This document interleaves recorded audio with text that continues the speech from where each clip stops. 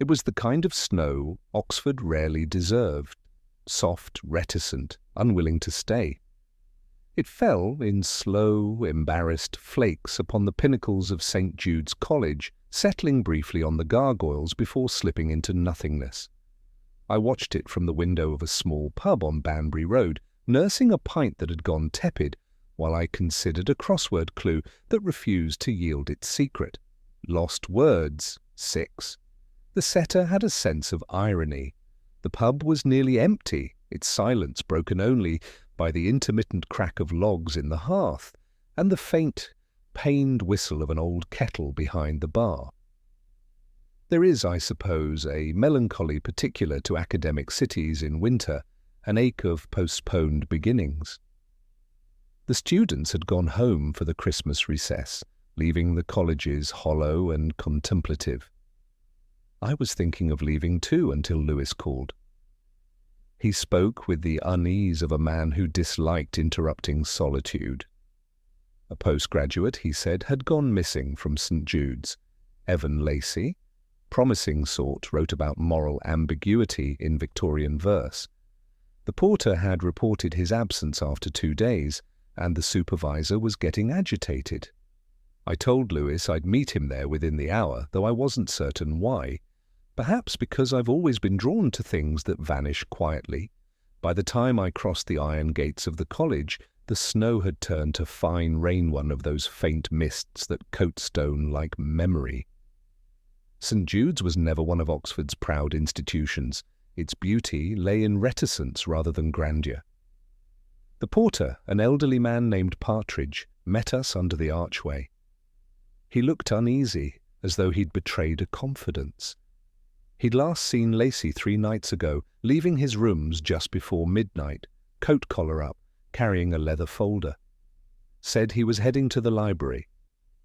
He hadn't returned. We climbed the narrow staircase to the young man's rooms. They smelled faintly of damp paper and tobacco and untidy melancholy. The radiator clicked in protest. A typewriter sat half-covered by a scarf, and beside it a sheet of paper still in the carriage, half-finished truth, in frost, forgets its name. I read the line twice. It was not part of any poem I knew. Perhaps it was his own. Lewis busied himself with practicalities, checking drawers, asking about keys, telephone numbers. I wandered instead toward the window. Outside, the quadrangle lay hushed, a single lantern casting its amber cone on the snow-flecked cobbles. I could just make out the footprints leading to the library door, and then nothing, as though the earth had swallowed him. Dr. Julia Fenwick, his supervisor, appeared shortly after. She was one of those scholars whose intelligence had the weary grace of someone long accustomed to disappointment. She spoke softly, carefully, as if words had edges. Evan was gifted, she said, but troubled. He believed his research would uncover something too large for the college to admit. She smiled thinly, as though regretting the phrase the moment it left her. Lewis asked if she thought he might have harmed himself. She hesitated. Said he'd been distracted lately, but she'd assumed it was the usual heartbreak of youth. A girl, perhaps, when she spoke of him, her voice softened by degrees like a candle guttering. I noticed she never looked directly at the empty desk. We left her to her thoughts. Outside, the snow had resumed with stubborn delicacy. Lewis muttered something about searching the river banks in the morning. I nodded, though my mind was elsewhere. On the line in the typewriter, on the missing folder, on the crossword clue in my pocket, lost words, 6. Back at my flat, I spread the newspaper over the table. The clue had to be double-edged. The answer wasn't merely forgotten or absent. I tried the thesis, and the letters fit neatly, almost too neatly. It was, I thought, the sort of coincidence Oxford excelled at manufacturing. Later, as I poured the last inch of whiskey and listened to the rain polish the streets, I felt the faint unease that comes before a pattern reveals itself. A student's thesis vanished, a line about truth and frost left behind, and somewhere between the two an absence that was already beginning to speak. I switched off the lamp. In the darkness, Oxford seemed to breathe. Somewhere a bell marked the hour. Snow fell again, indifferent and exacting, and I remember thinking, not for the first time, that disappearances are never about escape. They are about concealment. Morning came with the kind of pale indecision Oxford does best, neither light nor dark, only a dim wash that made the spires look like half-erased thoughts. Lewis was waiting at the gate of St. Jude's, stamping warmth into his hands, and frowning in a way that implied bureaucracy rather than tragedy. The college porter had reported no word of Lacey, no messages, no sightings, only a strange absence that was already hardening into routine. People in Oxford, I've found, accept vanishing acts the way others accept rain. We began in the library. It stood at the far end of the quad, a building whose silence had weight. Inside, the air smelled of ink, dust, and the long patience of paper. The librarian woman, with an unfortunate knack for whispering unnecessarily, produced the signing ledger. Lacey's name appeared 3 nights ago, the evening he'd disappeared. Next to it, an unfinished title written in pencil moral ambiguity in late Victorian verse. But there was something more peculiar. The corresponding withdrawal record for his thesis, the physical copy lodged for supervision, had vanished entirely from the catalogue. Deleted, the librarian said, as if the work itself had chosen to erase its own existence.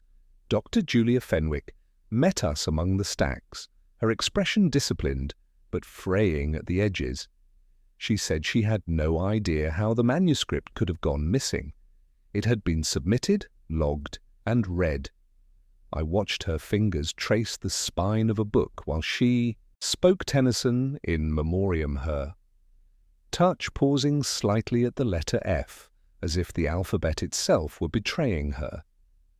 She insisted that Lacey had grown obsessive, irrational, convinced that some buried scandal within the college archives linked to his research. Her voice wavered just enough for me to wonder whether she was defending the college or herself. Lewis, pragmatic as ever, asked about the thesis content. She said it concerned guilt in the moral poetry of the fin de siècle, Browning, Swinburne, the usual devils. I found myself thinking of Browning's line about truth being a breach in the soul's fortification. I did not mention it aloud. Some thoughts are better left unsupervised. We left her there, among the books, and crossed the courtyard toward Lacey's staircase. The snow had turned to slush, dulling the stone with a kind of exhausted resignation. A postman passed us, indifferent, humming under his breath. Ordinary life has resumed its rhythm, as it always does when the extraordinary refuses to explain itself. In Lacey's rooms I examined the desk again. The typewriter still held that single-line truth in frost, forgets its name. The ribbon had advanced since last night by 1 space only. Someone had touched it. Lewis said it might have been me. I knew it hadn't. Dust, when disturbed, leaves the faintest signature, and this dust bore none of mine. I looked closer and found the indent of another key pressed halfway down an S, or perhaps a 5. I made a note of it. Later, it would matter. On the bookshelf, between volumes of poetry and criticism, there was an unmarked notebook. Most of it was empty, save for a single page of scrawled handwriting, CF. Sannotations, cross-reference with winter fragment. Fenwick's name, I thought. But what was the fragment? Some literary clues, buried under the ice of academia. I tore the page carefully and folded it into my pocket. Outside, the bells of St. Aloysius began their slow, deliberate striking. Lewis remarked that it was nearly noon, and that we'd achieved nothing but frostbite. Perhaps he was right. Yet, as we stepped back into the quadrangle, I noticed the faintest disturbance beneath the snow patch where footprints had been brushed away rather than formed. Someone had tried to erase their passage. Poorly. Later, back in the car, Lewis talked of procedural nonsense, missing persons forms, student registries, the routine dance of paper. I nodded absently, watching the breath mist on the glass. My thoughts returned to that erased record in the library, the half-pressed key on the typewriter, the note that spoke of winter. Every disappearance I've learned begins with an omission too small to name. When we parted, I walked once more along the river. The thaw had begun. A sheet of ice, fragile and milky, drifted past the college boathouse. For a moment, it resembled a torn page floating downstream. And I wondered if truth forgets its name in frost, what does it remember when the thaw comes? I remember the morning light as pale and indecisive, caught between mist and sunlight, as though Oxford couldn't make up its mind which face to show. Lewis drove, the wipers smearing the windscreen into transient clarity. We were headed for the Faculty of English, where rivalry was considered an art form and envy a kind of scholarship. Evan Lacey's name still hung in the air like a half-remembered verse, spoken often, understood rarely. Dominic Chalmers met us in his office, or what passed for one, the polite chaos of books and unwashed coffee cups, the air thick with stale thought. He was Lacey's colleague, or competitor, depending on which corridor you walked. I'd read one of his essays once, clever, brittle, the sort of intellect that mistakes precision for insight. He welcomed us with an exaggerated civility that tried too hard to appear unbothered. He spoke of Lacey as a tragic figure of genius, undone by pressure. Lewis nodded in the appropriate places while I studied the desk, noticing the absence of dust where a small object had recently stood, perhaps a photograph. People remove reminders when guilt grows inconvenient. Chalmers said Lacey had been working on a paper that might have overturned long-held assumptions about Browning. He smiled faintly, a smile with the shape of resentment. He claimed he'd last seen him 2 nights before the disappearance, when they'd argued over a misquoted line from Childe Roland. Lacey had insisted the line about the tower was not about despair, but truth misunderstood. Chalmers said he'd called him naive. I asked what the line was. He paused. My first thought was he lied in every word. A strange choice to misremember the actual line begins differently. I didn't correct him. Some truths are more revealing when left to ferment. As we left, he mentioned almost casually that Lacey had been seen arguing with Fenwick a few days before. Said she'd been harsh, told him to abandon his obsession with scandal. It was, he added, beneath academic dignity. I caught the faint pleasure behind his tone, the kind of satisfaction people derive from another's fall. Lewis said afterward that Chalmers seemed straight enough. I told him straight lines often bend where the light changes. Back at St. Jude's, the librarian had found something. A scrap of paper recovered from Lacey's bin, singed at the edges, the ink smudged by water. Only half a sentence remained, the dead cannot and then nothing. Beneath it, a line of verse I did not recognize. Truth in frost forgets its name. It was the same phrase from the typewriter page, but here rewritten by hand, the loops sharper, the rhythm urgent. I turned it under the light and saw faint impressions from the next page. Numbers, perhaps references, or a date. I traced the faintest outline of 19, the year St. Jude's nearly lost its charter over a plagiarism scandal. A coincidence, no doubt.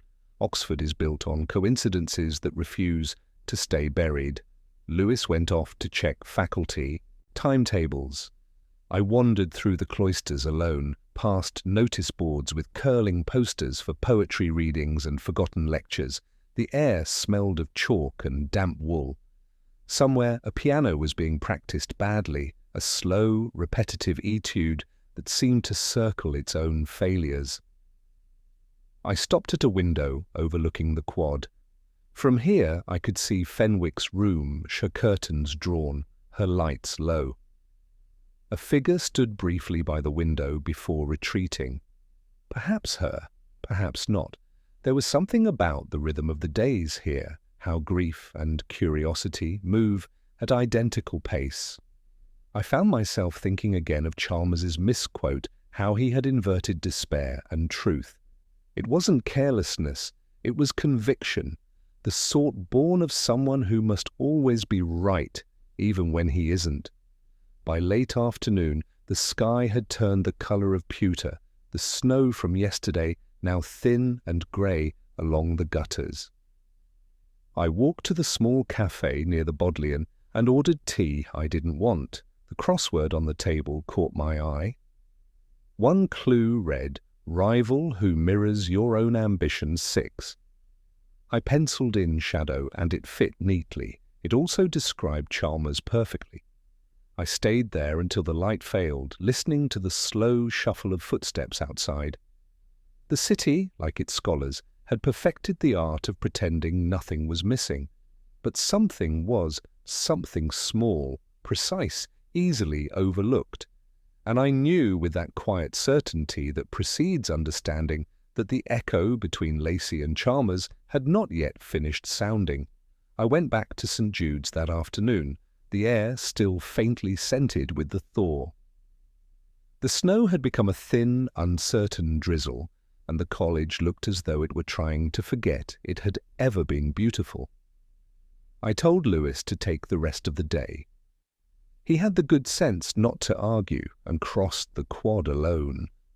Fenwick's rooms were at the end of a narrow passageway, the kind built for silence rather than comfort. I knocked once. The pause that followed was too long to be mere hesitation. When she opened the door, the first thing I noticed was the smell of wine, not fresh but stale. The remnant of a bottle opened last night to fill a gap conversation might once have filled. The second thing was her face drawn, thoughtful, as if she had been rehearsing calmly and had only just remembered the words. She invited me in with the faintest smile, the kind that dies of exhaustion before it reaches the eyes. Her rooms were warm, almost too warm. Books stacked on the radiator, an empty glass beside a chair, upholstered in something that had once been green. A cat slept by the fire, the only creature without secrets. I told her I'd come to speak about Lacey. She said softly that everyone had been coming to speak about Lacey. There was no bitterness in her tone, only a tired kind of amusement. She spoke in that precise, deliberate way of academics who measure emotion the way they measure words. Evan, she said, had been brilliant, undisciplined, idealistic, perhaps even reckless, but never cruel. He believed the truth could absolve everyone if only it were told clearly enough. I asked what truth he meant. She looked toward the window, though there was nothing to see but mist. "Something he found in the archives," she said at last. "Something that might have embarrassed the college." I didn't press her. I've learned that silence often yields more than interrogation.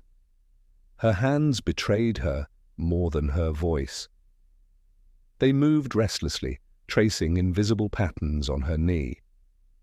She told me Lacey had been to see her the night before he vanished, pale and trembling, insisting he had proof that a revered scholar's celebrated paper had been stolen from another. She'd told him to let it go, that unearthing old shame served no one. He'd stared at her as though she'd broken something sacred. When he left, he said only one thing, that the truth had its own weather. I remembered the line from his typewriter and said nothing. She poured herself more wine and offered me none. Perhaps she guessed I wouldn't take it. She asked if I believed in redemption. I said belief was a luxury we lose after too many investigations. She smiled again, a fleeting, sorrowful gesture, and said she envied me for my cynicism. It was easier, she thought, than disappointment. As she spoke, I noticed a small, framed photograph on the mantel, Lacey, perhaps 23, standing beside her at what looked like a college garden party. The corner of the photograph was bent. I moved closer and saw faint watermarks at the edges, as though someone had tried to wipe away a stain. She saw me looking and said quietly that he'd given it to her after his viva. I told her it must have been a proud day. She said it had been one of the few. I asked when she had last seen him. She hesitated. Around 11, she said, though her eyes flickered, betraying the instinctive calculation of a lie too fragile to protect itself. He'd gone out into the cold without a coat, carrying that same folder of papers he never let out of his sight. She thought he was going to the porter's lodge to post a letter, but the porter had seen no such thing. As I rose to leave, she said my name softly, almost kindly. "Inspector," she said, "have you ever considered that truth once found can ruin those who seek it?" I told her yes. Often. She nodded as though I'd confirmed something she already feared. Outside, the drizzle had thickened into rain. I stood under the archway listening to the water gather in the gutters. The lights from her window glowed faintly through the damp, a pale rectangle in a sea of grey. It struck me then that remorse has its own temperature, lukewarm, lingering, neither heat nor frost. And as I walked away, I realized what had been wrong about her story. The photograph on her mantel had been cropped, the cut uneven. Someone else had once stood beside them. Someone she had decided should no longer be remembered. The letter arrived 2 days after Lacey vanished, though it had been written long before. It was Lewis who found it, tucked among the half-forgotten detritus of the porter's desk, a small ivory envelope, postmarked from within Oxford itself, its handwriting precise yet old-fashioned, the kind that suggests careful education and unsteady nerves. He handed it to me without ceremony, as though it were another form to sign, but I felt the weight of it before I even broke the seal. Inside, a single sheet of vellum paper folded twice smelled faintly of lavender and mildew. The ink had bled slightly along the edges, as if damp had found it somewhere in its journey. The message was short, almost theatrical in its restraint. "You quote the wrong poet and the dead remember. No signature. No date. Only the looping flourish of an educated hand, the kind that hides rather than reveals." I read it aloud to Lewis in the library's stillness. He said it sounded like nonsense, and perhaps it was. But nonsense in Oxford often conceals its own logic. I turned the words over in my mind as we walked through the quadrangle. The dead remember. It had the rhythm of an epitaph or a warning from one of those college ghost tales the undergraduates whisper when the evenings turn long. Yet there was something deliberate in the phrasing. The choice of quote instead of misquoting, the insistence on remembrance.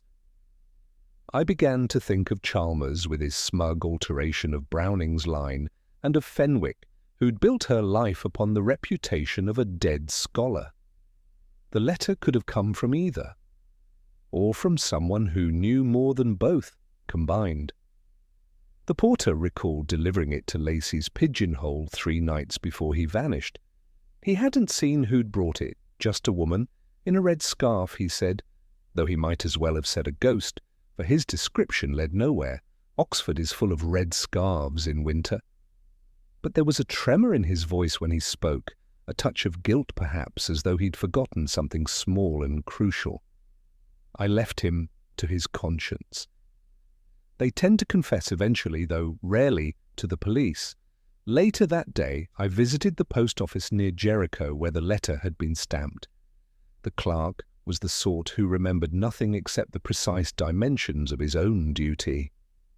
He said dozens of letters passed through that counter each hour. Still as he spoke, I noticed a faint smudge on the counter's brass edge, the same lavender hue that clung to the envelope. Perfume is an intimate thing to leave behind. I thanked him and stepped back into the grey. By dusk, the rain had become persistent, not heavy enough to cleanse, only to dampen the air with fatigue. I stopped in a small pub off Walton Street, the kind where no one asks questions and no one listens to the answers. Over a pint, I spread the letter once more beneath the lamplight. The ink shimmered faintly in the warmth, revealing the ghost of another line beneath it, an indentation from an earlier note written on the same paper. I held it closer, careful not to smudge. Only 2 words were legible: Archive B. It meant nothing to Lewis, but to me it rang faintly familiar. Say, Jude's had an Archive B, a locked annex reserved for material deemed institutionally sensitive, the kind of euphemism Oxford uses when it means scandal. That night I walked there alone. The corridor outside the archive smelled of dust and resignation. The door bore a brass plate, its lettering worn smooth by years of avoidance. I didn't attempt to enter, preferring to be opened by necessity rather than impulse. Instead, I listened. From within faintly came the rustle of paper and the slow, unmistakable sound of a drawer being closed. Someone was inside, long after the hour when the college should have slept. I waited until the sound ceased. Then I left, quietly, without turning back. Curiosity, like guilt, must be rationed. Back in my room, I read the letter once more. You quote the wrong poet and the dead remember. A puzzle, perhaps, or a confession, disguised as metaphor. Either way, it was the kind of message Oxford delights in: cryptic, cultivated, cruel. I placed it beside my crossword and poured a small whisky. Outside, the rain persisted, blurring the lamps into halos. I thought of the living and the dead, of scholars and their ghosts, of truth and the things we call by its name. And for the first time I began to suspect that Lacey's disappearance had less to do with what he had written and more with whom he had quoted. It was Lewis who found her name, not through brilliance, but through patience, the sort of diligence that makes up for genius, or perhaps redeems it. Marian Hope. Visiting researcher, occasional lecturer, recently attached to the Bodleian under a short-term fellowship.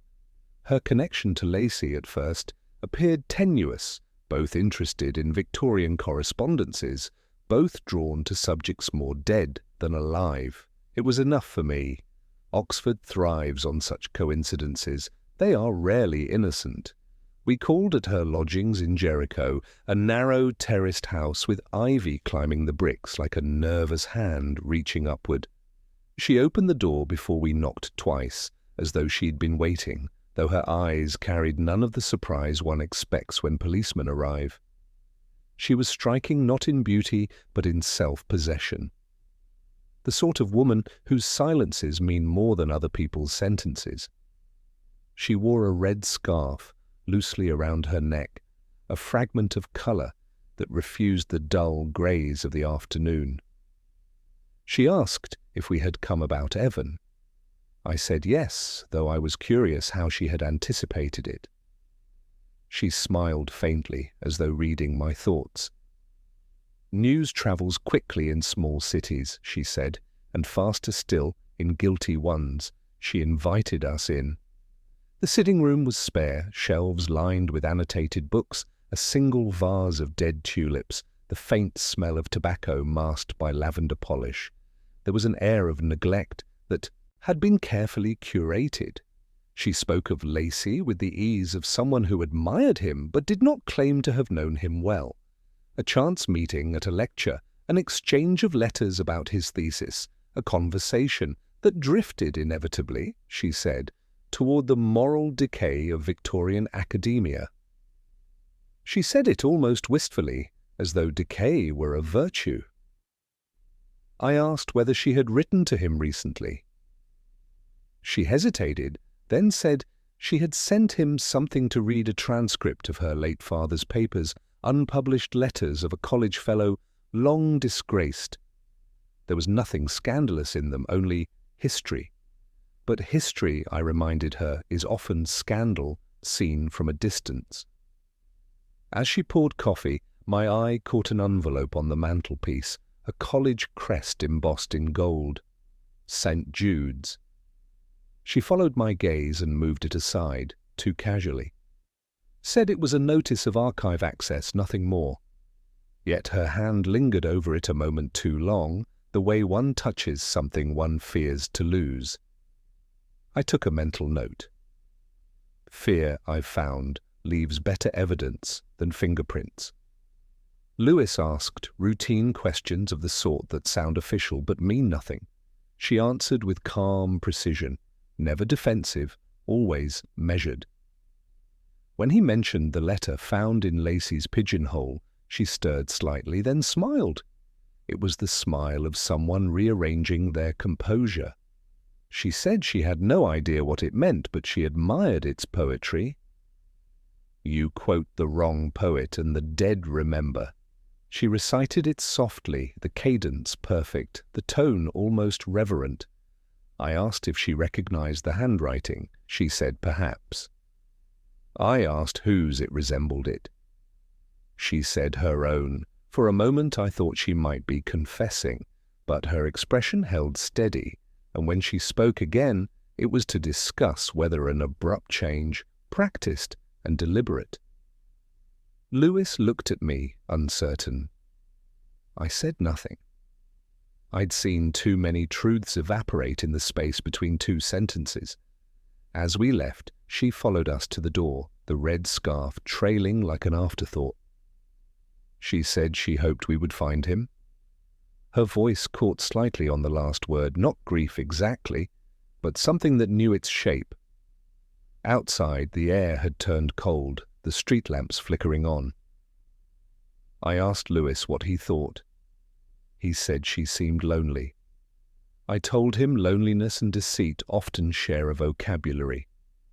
Back at the car, I noticed something glinting on my coat sleeve, a speck of wax, faintly red. It must have come from her table, from the candle beside the stack of letters she claimed were harmless. I rubbed it between my fingers.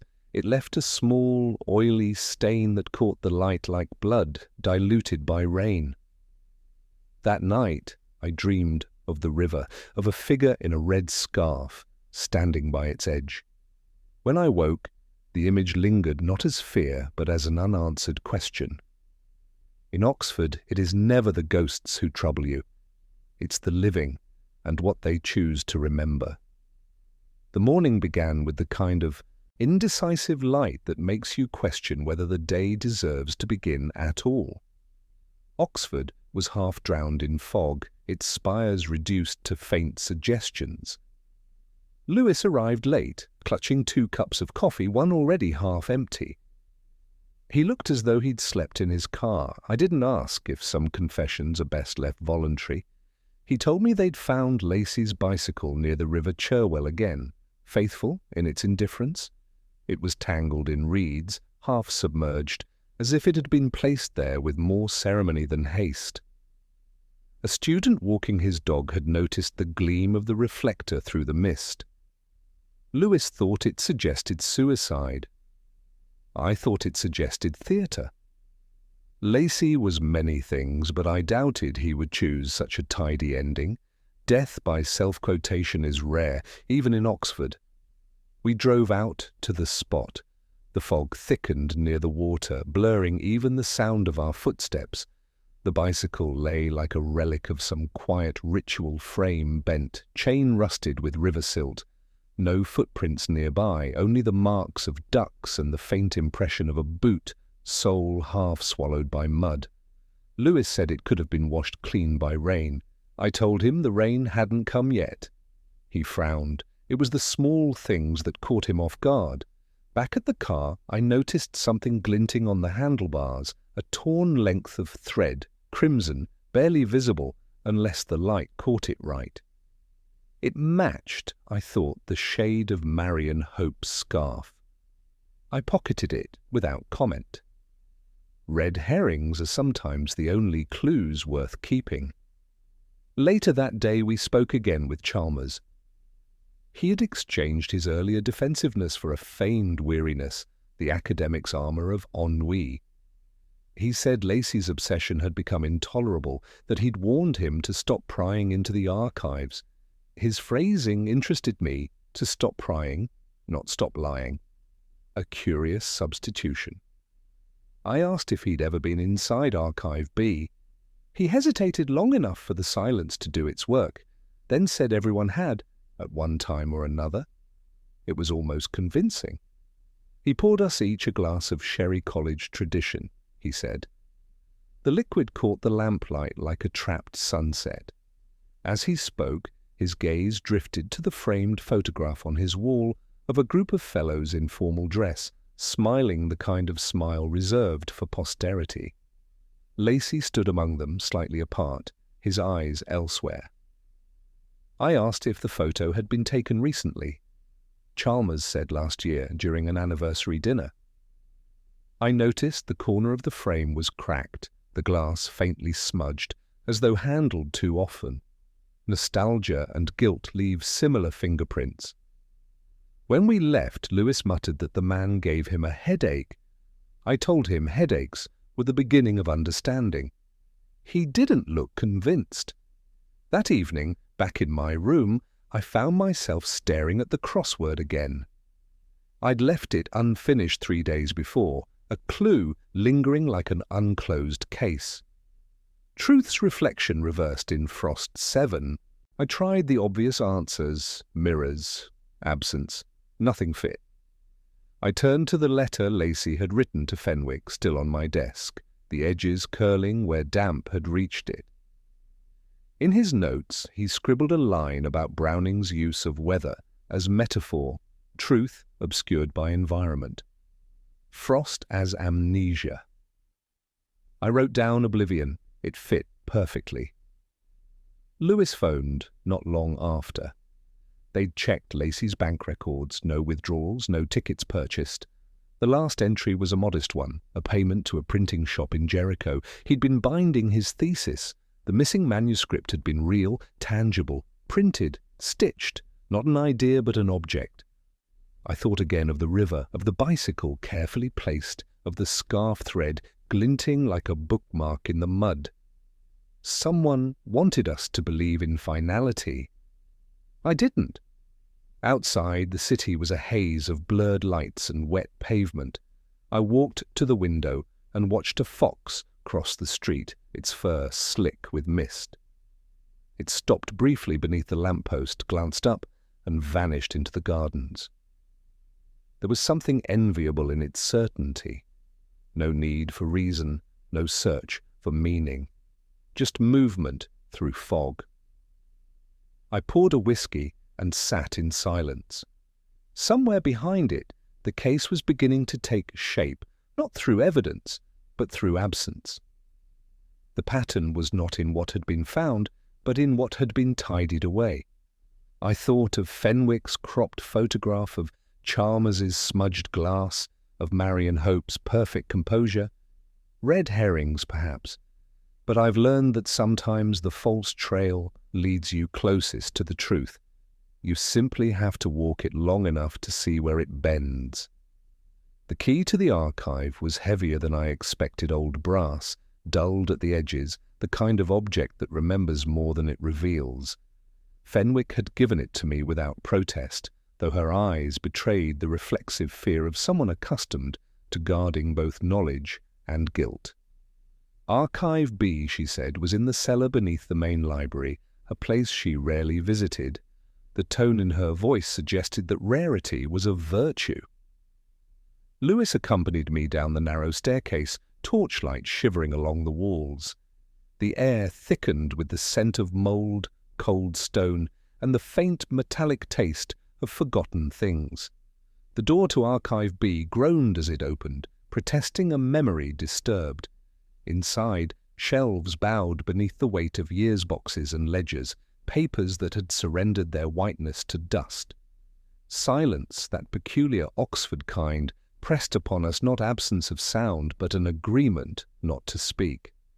Lewis went about methodically reading labels while I wandered toward the back where the light dissolved into shadow.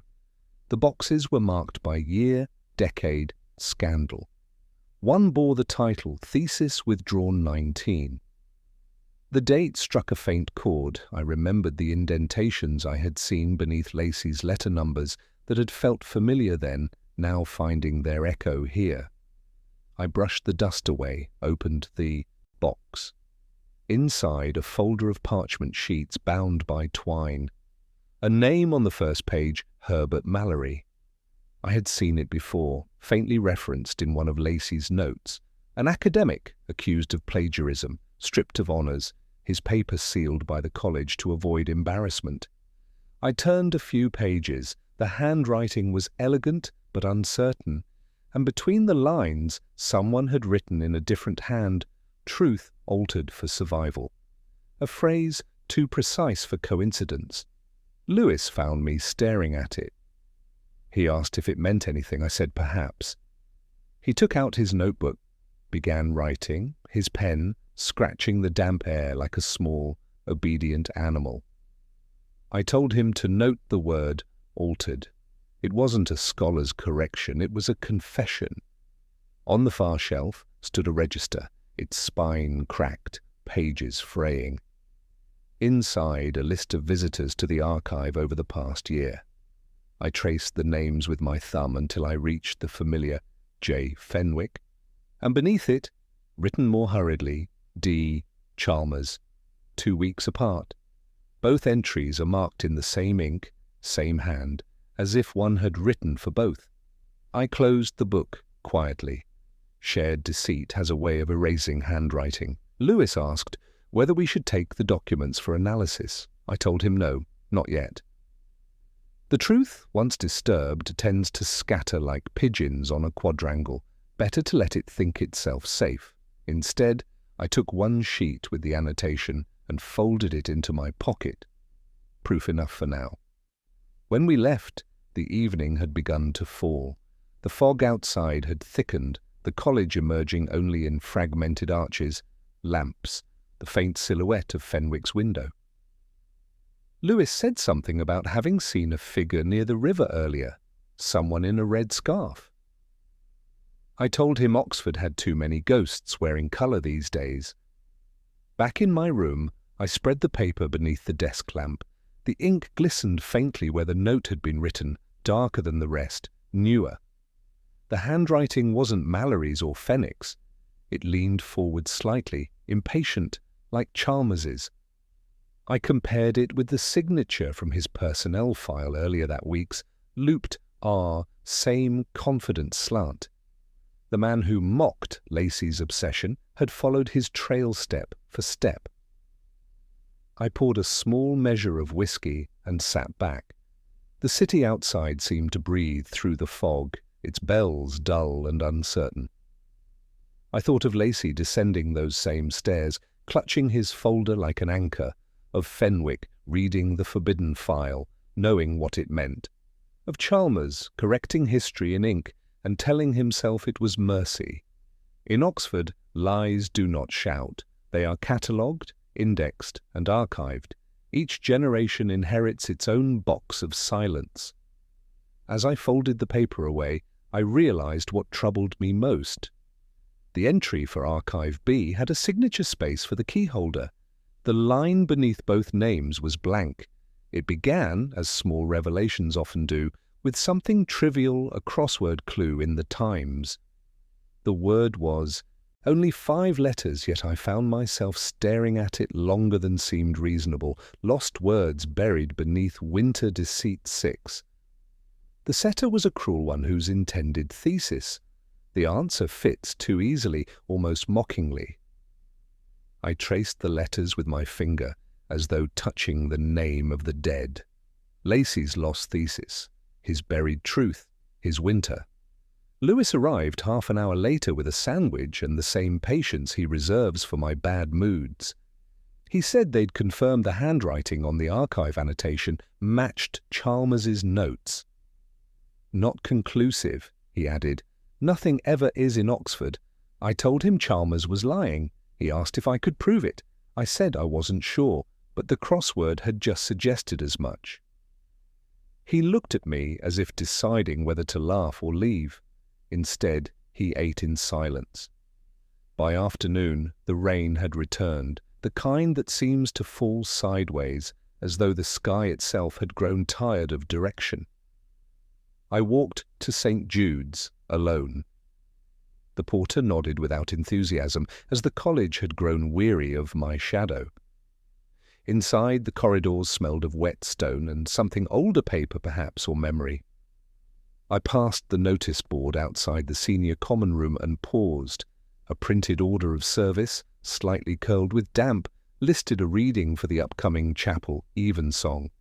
Browning, the same poem Chalmers had misquoted.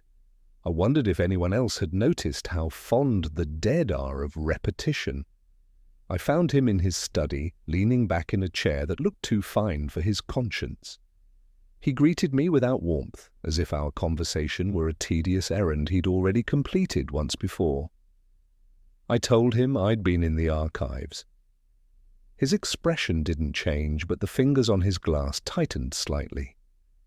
He said there was nothing of interest there. I agreed, except for a line written in his own hand, "Truth altered for survival."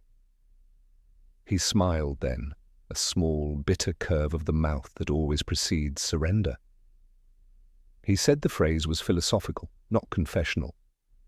I told him philosophy was the art of confession made respectable. He rose to refill his glass.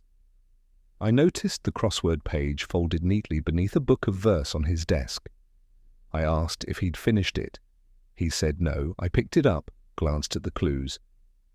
He had written the same word I had earlier that morning's thesis. The letters traced in faint pencil, careful, deliberate. I placed the paper back and told him it was a difficult puzzle. He nodded, not understanding the accusation hidden inside the compliment. When I left, the light had already dimmed to its habitual melancholy. The quadrangle shimmered with puddles, each one a mirror too shallow for reflection. I stood beneath the cloister arch, the air damp against my throat, thinking of how words survive longer than their authors. Lacey had tried to uncover the truth about an old deception. Chalmers had merely inherited the tradition of concealment. Fenwick, perhaps, had loved one or both enough to mistake silence for loyalty. Oxford breeds that kind of devotion, the academic sort, austere and poisonous. On the walk back, I stopped in the covered market. The smell of coffee and damp wool was oddly comforting. Lewis called from the car park saying they'd found something new. A maintenance worker remembered seeing Chalmers near the boathouse the night Lacey disappeared, said he looked drunk, or frightened, or both. I told Lewis to leave it for the evening. The truth, once cornered, has a way of waiting. Back home, I sat again with the crossword. My glass of whiskey had gone untouched, the condensation tracing its own answer down the crystal.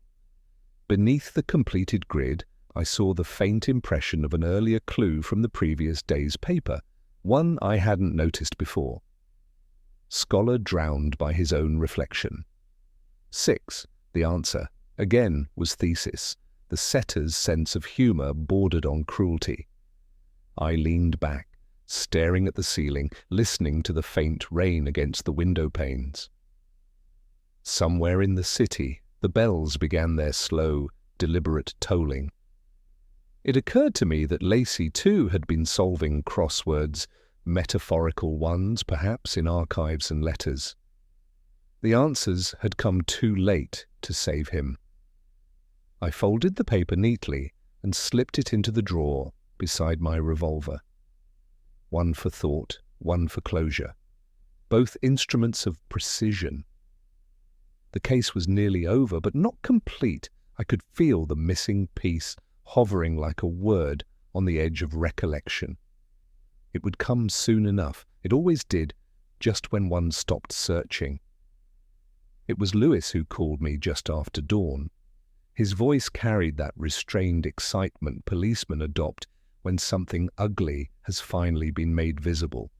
They'd found a body near the Cherwell Weir.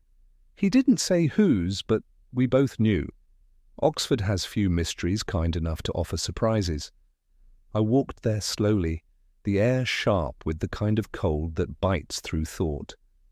The path along the river was almost deserted, save for a few joggers who passed without curiosity, their breath forming small, indifferent ghosts. By the time I reached the weir, the light had flattened into a dull pewter that reflected nothing. The river had begun to freeze along the edges, a thin sheet of glass breaking under the slightest touch. Lacey lay half in, half out of the water, as though undecided about which world he belonged to. His face, pale and obedient now, betrayed no struggle. The doctor said he'd drowned, but not here. The lungs told a different story, a man dead before he met the water. Murder rarely announces itself so quietly. Lewis stood beside me, notebook in hand, trying to appear unshaken. He said they'd found a length of fabric snagged against the reed's red thread, faint but deliberate. I told him to keep it. He didn't ask why. Good detectives don't need explanations they can feel. The riverbank offered little else. A bicycle half hidden beneath frost. Boot prints blurred by thaw, a cigarette stub near the lock gates smudged with lipstick. The woman in red again, I thought, her presence lingering like perfume after departure. Guilt, too, has its scent. Back at the college, the master met us in his study, heavy with incense and avoidance. He spoke of tragedy, of academic promise cut short, of how Evan Lacey had been a troubled young man. I let him speak until the words emptied themselves. Then I mentioned Archive B.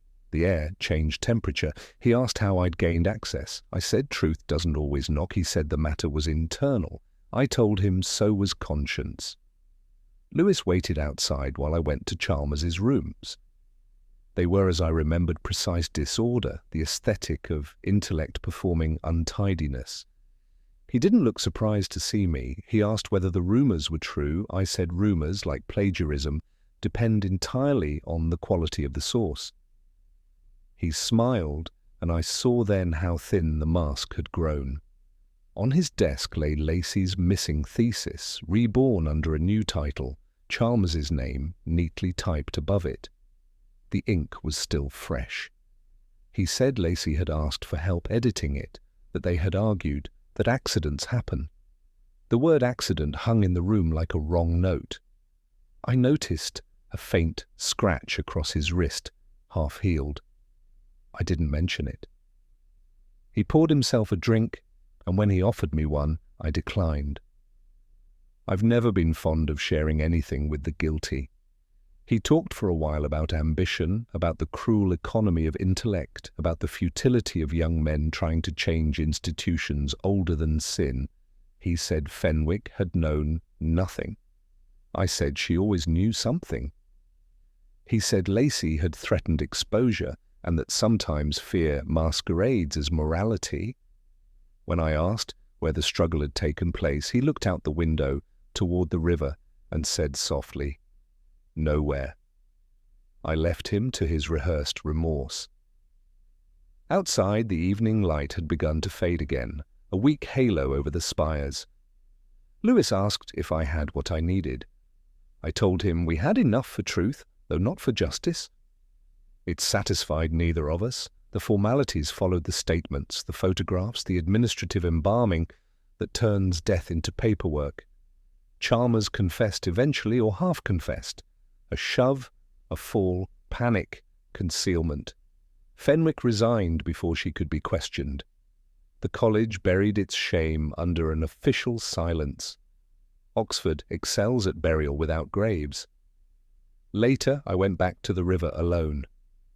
The ice had thickened overnight, smooth as memory, treacherous as reason. I watched it catch the light in dull fragments, thinking of how easily beauty disguises coldness. The water beneath moved on, relentless, unseen. I stayed until dusk, until the bells began their slow counting of hours that refused to mean anything. The wind shifted, carrying the faint scent of smoke and winter. And as I turned to leave, I thought again of the crossword, the answer that had fit too perfectly, the word that meant both, loss and preservation. Thesis. The thing written, buried, and rediscovered, the pattern completed. Truth, in frost, forgets its name. But only for a while. There is a kind of silence particular to Oxford, the silence that follows scandal. It lingers not in absence of sound, but in the careful orchestration of it, the clipped whispers behind oak doors, the measured turning of pages that pretend not to know. St. Jude's was already returning to its equilibrium when the inquest ended. Lacey's name appeared once more in the chapel register, this time beneath the words "In Memoriam." No flowers, no sermon, only the perfunctory tolling of the bell that made the pigeons rise and resettle on the roof, as if the dead too must adjust their roost. I attended, though I stood near the back. Lewis beside me, restless in his overcoat, shifting his weight like a man too human for ritual. The service lasted 20 minutes. The chaplain spoke of scholarship and loss, though not in the same sentence. Fenwick was absent.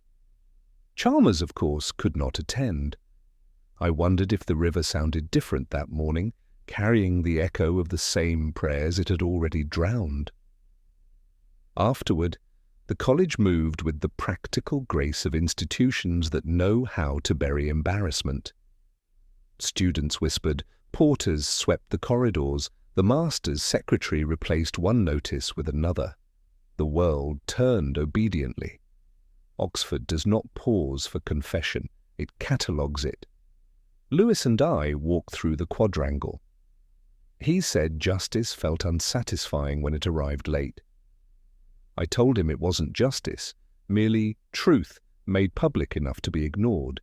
He asked if I believed Fenwick had known everything.